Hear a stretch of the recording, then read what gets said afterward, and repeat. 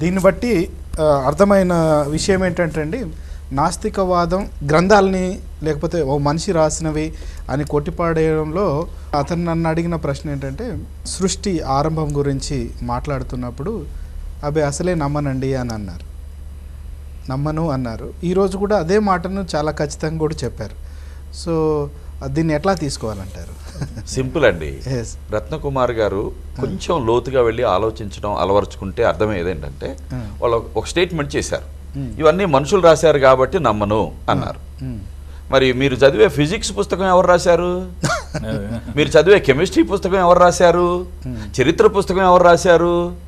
అవన్నీ నమ్ముతూ అది మనుషులు రాసినవే.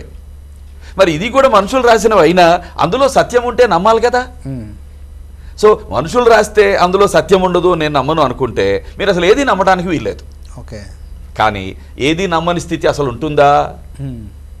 దాన్ని అనుమానవాదం అంటారు. దానికి నిలబడటానికి కాళ్ళు లేవండి. స్కెప్టిసిజం అంటాం ఇంగ్లీష్లో. ఓకే. అది పరస్పరం తన్ను తాను ఖండించుకునే వాదన.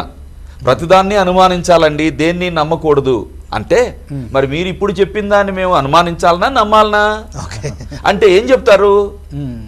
సో ఈ విధంగా కొంచెం సూక్ష్మ స్థాయిలో జాగ్రత్తగా ఆలోచించుకుంటే ఇలాంటివి కొన్ని తెలియకుండానే దొర్లుతూ ఉన్నటువంటి తార్కిక దోషాలు మన వాళ్ళు తెలియగానే చేస్తున్నారు. సో అవి తెలుసుకోవాల్సిన అవసరం ఉంది అని మన రత్నకుమార్ గారేమి మిగిలిన వీక్షకులు గుర్తిస్తారు అని నా నమ్మకం.